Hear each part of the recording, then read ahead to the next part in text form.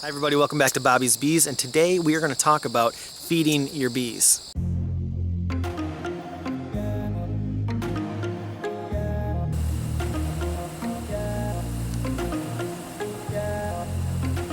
So when do we feed sugar syrup? Well, we feed it during splits. If you have a small hive, they need the sugar syrup because it helps them make wax. And when they have new foundation, they're going to need to draw out that foundation. So if you feed sugar syrup, that's going to speed everything up and that's going to make it easier on them. In the wintertime, you don't really want to keep open, or you don't want to really feed sugar when it drops below 50 degrees because you're trying to keep the hives dry. You don't want any excess moisture, and putting sugar syrup in your hive is going to create that. So they're trying to keep the humidity in check, and you want to make sure you introduce, vent inner covers with vents and that sort of thing. If you're going to feed over the winter, it's either candy or fondant. So, but this is what you want to feed.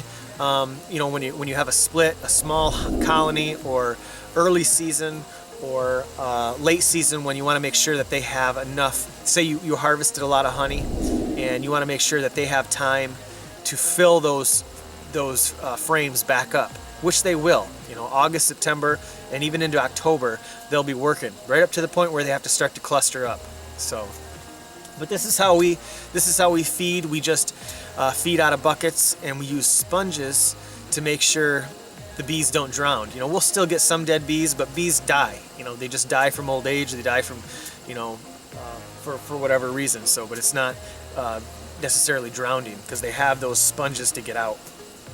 So, but you'll see yellow jackets, wasps, everything will be trying to gather up sugar syrup.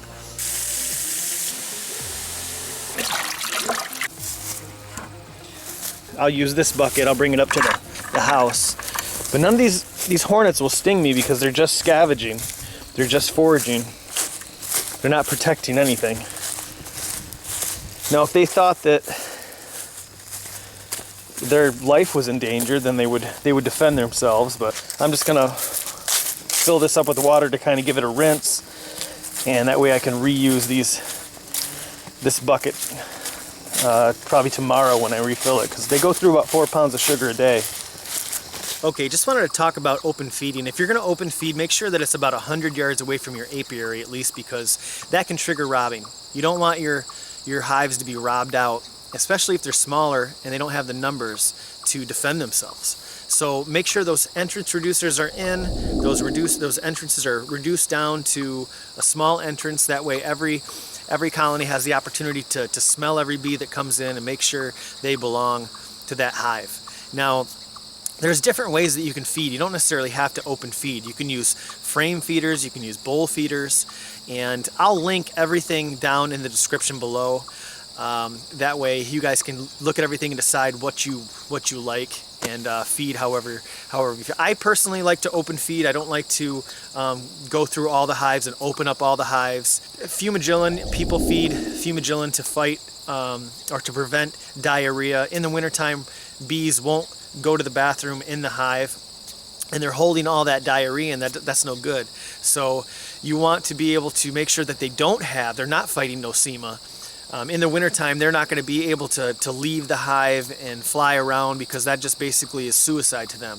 So they have to stay in and cluster and stay warm the same way kind of penguins do in the Arctic. So basically you can get Fumagilin through any kind of bee provider, and you can get, it's just little packets that you'll keep in a nice cool dark area, and you give them to your buckets. Now, how do you know your bees are taking the liquid? You don't really know, but I guess you could, if you put them in the hives. That would take a little bit more work, and if you're willing to do that, then that's great. So I'll also put a link for that, Fumagilin, and it fights in the fall. When you want to give that with 1-to-1 or 2-to-1. 2-to-1 in the fall is a little bit better because they need the feed. So, but it's up to you. So I just wanted to mention that. And if you guys have any questions or comments, if you have a better way that you like to feed, please let me know in the comments below, and I'll try to. I'm not going to argue with anybody. I'm just going to talk, and we'll have a conversation. So thanks for watching, and we'll see you on the next video.